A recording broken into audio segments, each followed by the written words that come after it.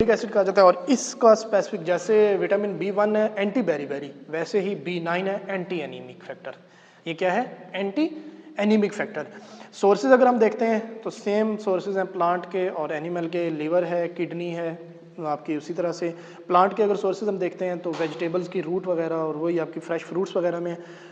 Function के अंदर अगर हम बात करते हैं तो पहला इसका मेजर फंक्शन है कि ये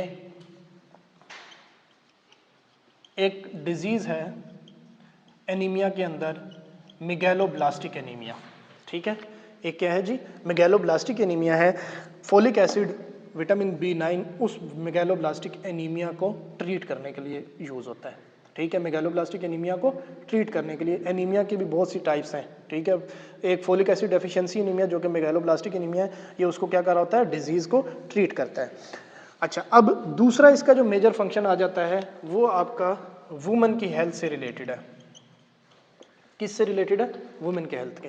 वुमेन के हेल्थ से क्या रिलेटेड है कि आपके पास वुमेन में जब प्रेगनेंसी की कंडीशन होती है तो उस वक्त आपके बहुत से जो विटामिन हैं, बहुत से हार्मोन्स की रेगुलेशन की वजह से आपके बहुत से विटामिन की बॉडी में डेफिशिएंसी होना शुरू हो जाती है। Specifically folic acid vitamin B9 की डेफिशिएंसी अगर होती है तो उसकी वजह से प्रेगनेंसी की स्टार्टिंग में, फर्स्ट मंथ और फर्स्ट ट्राइमेस्टर के अंदर जो आपकी प्रेगनेंसी के दौरान जो ग्रोथ है फीटल की, वो विटामिन B9 के ऊपर बहुत ज़्यादा डिपेंडेंट होती है। ठीक है, और इसीलिए फीटस की स्पाइन, आपकी ये जो बैक बोन है, क्योंकि आपके पास 4th मंथ पे जाके आपका पूरा कंप्लीट फीटस बनता है, तो स्टार्टिंग में विटामिन B9 की अगर डेफिशिएंसी होगी तो उसकी वजह से फीटस की हेल्थ के ऊपर इफेक्ट आ सकता है। तो इसीलिए वीमेन में प्रेगनेंसी के अंदर विटामिन B9 जो है ड्रग ऑफ चॉइस के तौर पर यूज़ होता है।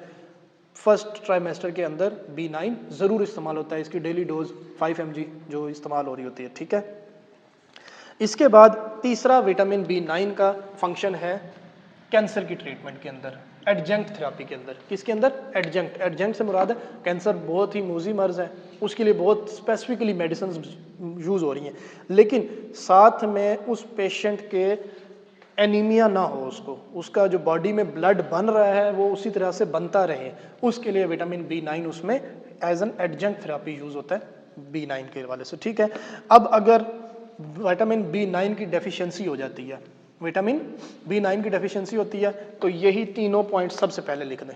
पहला पॉइंट क्या हो जाएगा जी? डेफिशिएंसी होगी तो स्पेसिफिकली मेगैलोब्लास्टिक एनीमिया होने के चांसेस हो गए हैं।